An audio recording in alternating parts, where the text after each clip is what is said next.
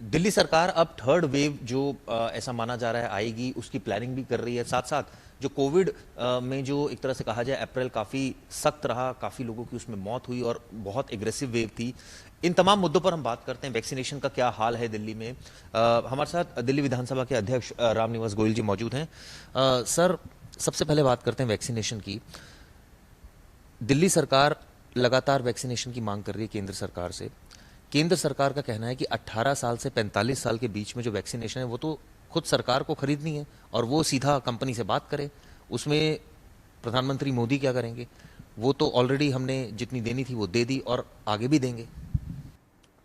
देखिए चिराग जी, प्रत्येक व्यक्ति, उसकी उम्र कोई भी है, वो इस देश का नागरिक है। हमारा एक संघीय ढांचा है। राज्य जो हैं वो भी केंद्र के अधीन आते हैं। हम जब एक राष्ट्र की बात करते हैं तो ये बाइफरकेट करना, 18 से 44 राज्य करेंगे, 44 से ऊपर हम करेंगे, 44 से ऊपर निःशुल्क होगा, 18 से 44 तक वालों के लिए पैसा होगा या राज्य खरीदेंगे, ये दोहरी नीति, डिवाइड एंड रूल वाली, एक तो ये पॉलिसी किसी ढंग से उचित नहीं है और कम से कम उस समय में उचित नहीं है जिस वक्त देश त्राहिमाम त्राहिमाम त्राहिमाम कर रहा। सही मायने में तो इसमें सुप्रीम कोर्ट ने संज्ञान लिया और सुप्रीम कोर्ट केंद्रीय सरकार को जिस ढंग से लताड़ रही है कोर्ट में, राज्य सरकारों की तो सुन नहीं रहे थे। बीजेपी वाली सरकारें, उन्होंने आंखों पे पट्टी बांधी थी, कानों में रुई ठूंसी थी। जो बीजेपी की सरकारें नहीं, अन्य दलों की सरकारें, वो बोल रही थी इसके विरुद्ध, लेकिन वो सुनवाई कोई हो नहीं रही थी। अब सुप्रीम कोर्ट ने जब लताड़ लगाई है तब शायद इनको होश आया और ये चले। हम बल्क में खरीद रहे हैं इसलिए हमको रेट सस्ता मिल रहा है, राज्य सरकारों की क्वांटिटी कम है इसलिए रेट उनको महंगा मिल रहा है। ये क्या उचित तर्क है?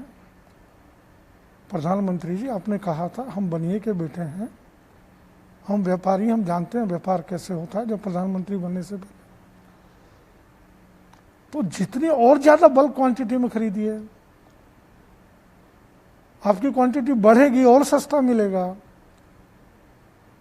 एक बात। दूसरी बात, हम महंगा खरीदे हैं, वो पैसा कंपनियों के पास क्यों जाए? आप जितना मर्जी सस्ता खरीदिए, राज्य सरकार से रेट फिक्स कर लीजिए। अगर आपको प्रॉफिट ही कमाना है तो आपकी जेब में तो आएगा, सरकार की जेब में तो आएगा, केंद्रीय सरकार के पास आएगा। लेकिन वो एक्स्ट्रा पैसा हम दे के खरीदे हैं, वो वहाँ नहीं जा रहा। एक बात। दूसरी बात, जो कंपनियां हैं हमने उनको टेंडर कॉल किए, कोई कंपनी सप्लाई देने को तैयार नहीं। मनीष जी ने कोवैक्सीन का दिया हुआ लेटर मीडिया के सामने रखा कि उन्होंने मना कर दिया कि हम डायरेक्ट आपको दे नहीं सकते। हमारे यहाँ से जो सरकार ने ऑफिसर्स तय किए हैं वो जिस जिस स्टेट को बोलेंगे हम उस स्टेट को उतनी क्वांटिटी भेज देंगे। मुद्दा ही खत्म हो गया राज्य सरकार के खरीदने का। राज्य सरकार को दोषारोपण देने का मुद्दा ही खत्म हो गया। तीसरी बात, ये चीजें सारी बाइफरकेट करके कि 44 से ये 45 प्लस के लोगों को पहले लगेगा, 18 से 44 के लोगों को छोड़ दिया गया। सेकंड वेव हमारे सर पर आ गई। मीडिया के कई एंकर चिल्लाए भी, क्या हम मरने के लिए हैं? समित पात्रा पर चिल्लाए। बताइए, समित पात्रा, मीडिया में वही ज़्यादा आते हैं, वही ज़्यादा चिल्लाते हैं। कल भी वो सरकार का पक्ष रख रहे थे, केजरीवाल जी को गालियां दे रहे थे। मनीष जी ने अच्छा जवाब दिया है।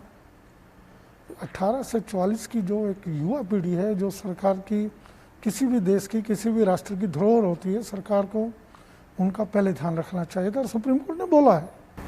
सर, लेकिन कंफ्यूजन क्या है? मुझे ये बात समझ नहीं आ रही, क्योंकि आप लोग खरीदना चाह रहे हैं, कंपनी तैयार नहीं है देने के लिए, केंद्र सरकार कह रही है कि जाइए कंपनी के पास। ये इतना कंफ्यूजन क्यों है? एट द एंड इसका सर सफर जो कर रहे हैं वो तो आम लोग कर रहे हैं। चिराग जी, ये सीधा जो है, सीधा समझ में आ रहा है। कि राज्य सरकारों को कटघरा में खड़ा करें। केंद्र सरकार की बदनीयत है,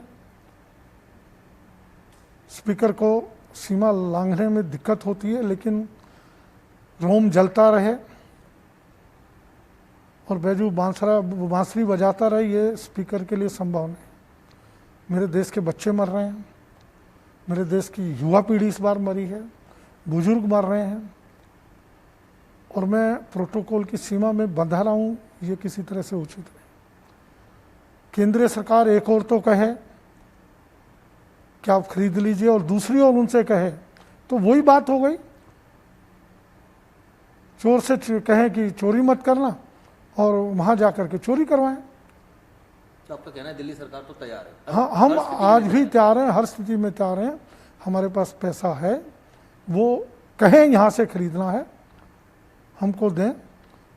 कभी आज तक ये नहीं हुआ कोई भी स्टेट बाहर से इंपोर्ट कर सके केंद्रीय सरकार की सलाह के बिना, तो हमारा संघीय ढांचा है ही नहीं, संभव ही नहीं है, उसको राइट ही नहीं है इंपोर्ट करने का।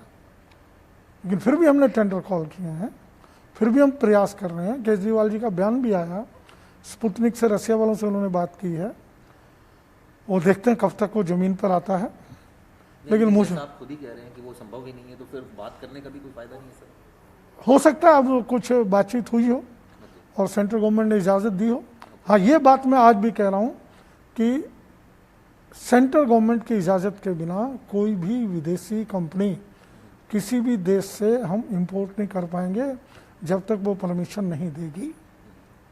ये एक स्थायी नियम है, और इसमें सेंट्रल गवर्नमेंट ने इतना उलझा दिया।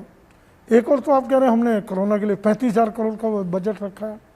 अरे वो इसी देश के नागरिक हैं, इसी देश के लोग हैं। आपने 35,000 करोड़ का बजट अगर रखा है तो उसमें वैक्सीन खरीदिए, दे दीजिए राज्यों को।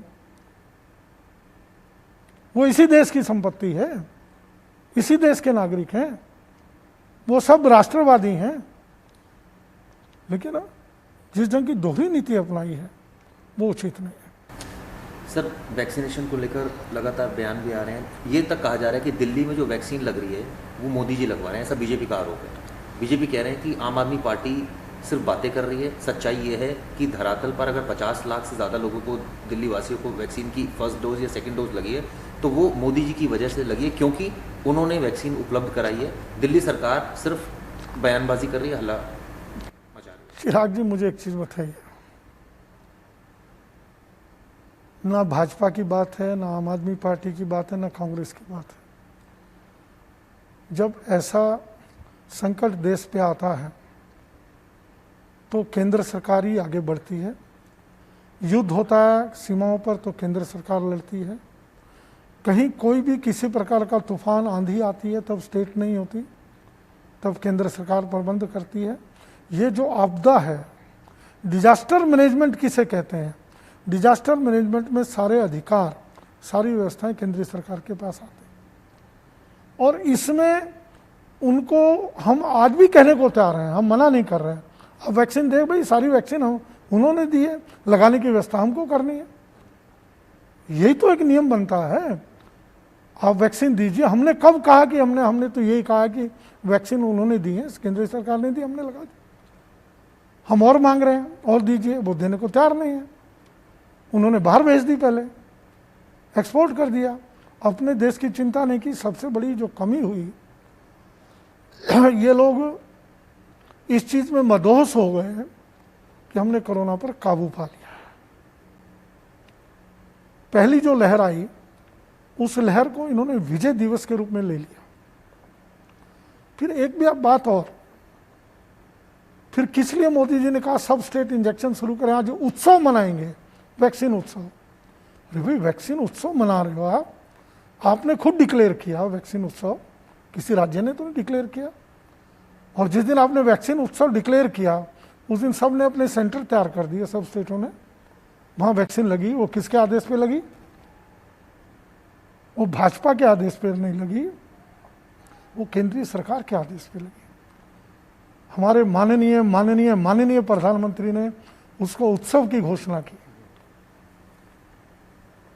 भाजपा के प्रेसिडेंट ने घोषणा नहीं की, नड्डा ने घोषणा नहीं की थी उत्सव की। वो गवर्नमेंट टू गवर्नमेंट, चाहे वो स्टेट गवर्नमेंट है चाहे सेंट्रल गवर्नमेंट है। सर कल संबित पात्रा ने तमाम आरोपियों की अगर बात करें तो सबसे पहले ऑक्सीजन के ऊपर यह आरोप लगाया कि सुप्रीम कोर्ट ने जब ऑडिट की बात की तो आम आदमी पार्टी ने बयान ये दे दिया अगले ही दिन कि हमारे पास एक्स्ट्रा आ गई और आप ले लीजिए। सुप्रीम कोर्ट में ये तक तर्क दिया गया कि दिल्ली की सरकार को महाराष्ट्र की सरकार से सीखना चाहिए कि वहाँ पर 90,000 एक्टिव केसेस थे और उस समय 250 के आसपास मेट्रिक टन यूज़ हुई थी। तो दिल्ली ने मिसमैनेजमेंट किया, इनको नहीं पता था कि क्या जहाँ ज़रूरत है वहाँ भेजी नहीं गई ऑक्सीजन, जहाँ गैर ज़रूरी थे वहाँ स्टॉक भर रखा था, इनके पास टैंकर्स नहीं थे। तो ये तमाम आरोप है, इस पर सर क्या स्टैंड? देखिए, गंगाराम हॉस्पिटल में 25 लोग मरे ऑक्सीजन के बिना। प्राइवेट हॉस्पिटल है, उनकी ऑक्सीजन खरीदने की अपनी व्यवस्था है। जयपुर या गोल्डन में मरे। तो ये जो मौतें हुई ऑक्सीजन के बिना, ये दिल्ली सरकार के किसी सरकारी हॉस्पिटल में नहीं। हाँ, मैं ये मानता हूँ कि मरीज बहुत हुए और उसके कारण ऑक्सीजन की जो रूटीन में 300 साढ़े 300 मेट्रिक टन रहती थी वो बढ़कर 700 हो गई और उस 700 मेट्रिक टन की पूर्ति जो है, फिर वही बात आती है कि मेरे देश में संकट आया है, वो केंद्रीय सरकार की जिम्मेवारी होती है। आप एक बात करिए, मान लीजिए मेरे पंजाब के बॉर्डर पर पाकिस्तान हमला कर रहे, तो क्या पंजाब से कहेंगे आप संभालिए उसको?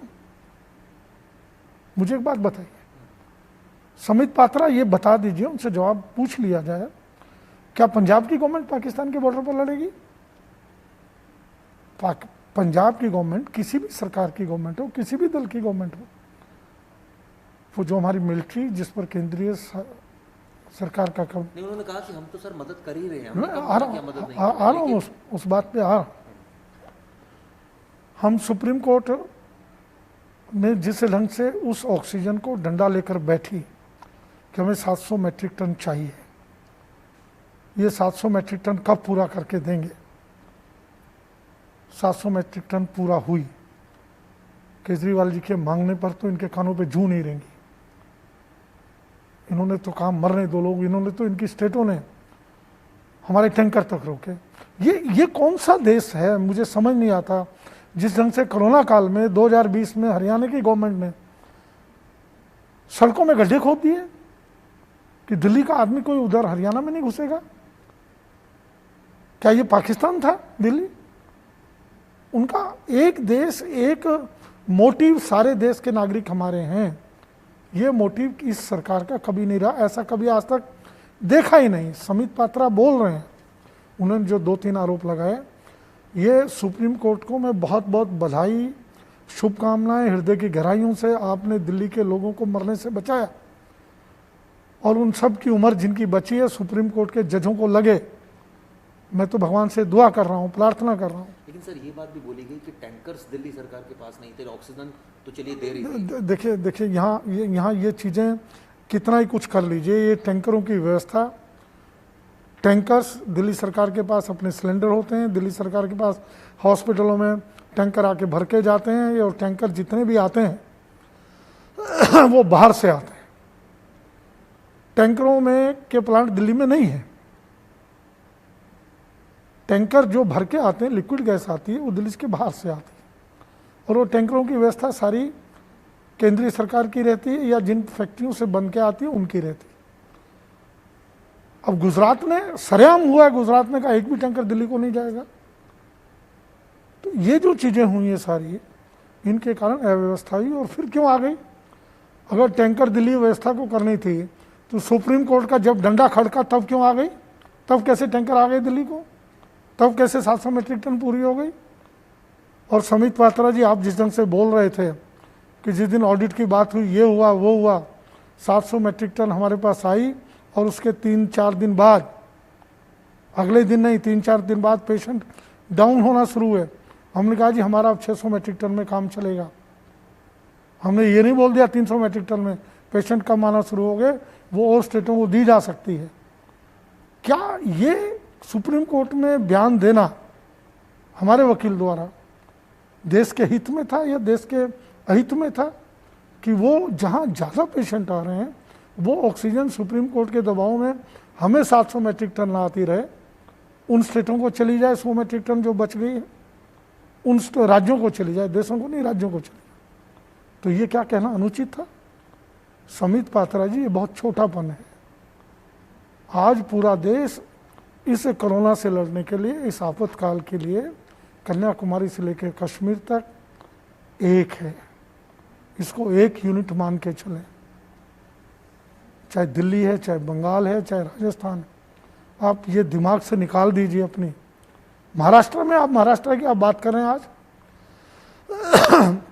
देवेंद्र फडणवीस ने, आपके लोगों ने वहाँ ठाकरे जी की नाक में दम रखा है कोरोना के दौरान। कभी इस बात का चिंतन किया हम लोगों ने कि वहाँ महाराष्ट्र में कोरोना क्यों फैला ज़्यादा, दिल्ली में क्यों फैला? उस पर ये बोलेंगे नहीं।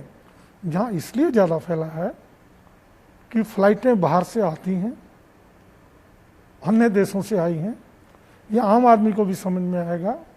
वहाँ एयरपोर्ट के एम्प्लॉइज़ 4th क्लास से लेके अफसर तक मैक्सिमम 90% दिल्ली में रहते हैं, उनके टच में आते हैं। टैक्सियाँ दिल्ली में आती हैं, जाती हैं, बाई ट्रेन वापस जाते हैं अपने घरों को। वो मैक्सिमम दिल्ली और बॉम्बे की जनता ने झेला है। बॉम्बे इसलिए केंद्र बना, दिल्ली इसलिए केंद्र बना। तब हम कह रहे थे कि रोक दो फ्लाइटें, तब आप माने नहीं। अभी केजरीवाल जी ने कहा सिंगापुर की रोक दो, आप माने नहीं। तो ये जो स्थिति बनी है, फिर आपने रोका। ये जो चीज़ें हैं, बॉम्बे का फैलना, दिल्ली का फैलना, ये दोनों केंद्र बिंदु हैं। बॉम्बे हमारी आर्थिक राजधानी है, दिल्ली हमारा राजधानी है पूरे देश की। तो यहाँ दोनों शहरों में इसलिए कोरोना ज़्यादा फैला। सर एक चीज़ और बोली संबित पात्रा ने, कहा कि ऑक्सीजन प्लांट ये नहीं लगा सकते और आप लोगों की तरफ से भी कहा गया कि एनजीटी का ऑर्डर है कि ये तो अलाउ ही नहीं है ऑक्सीजन प्लांट लगाने। तो आपको लगता नहीं है कि सर इतने लोग मर गए, अब ज़रूरत है ऑक्सीजन प्लांट लगाने की? अगर पॉल्यूशन को एक तरफ दरकिनार कर दिया जाए, क्योंकि एनजीटी का ऑर्डर है, तो क्या इसके लिए आप ऊपरी अदालत का रुख अख्तियार करेंगे? नहीं, देखिए थर्ड वेव भी आनी है। देखिए चिराग जी, इसको समझना चाहिए। ऑक्सीजन के प्लांट दो तरह के हैं।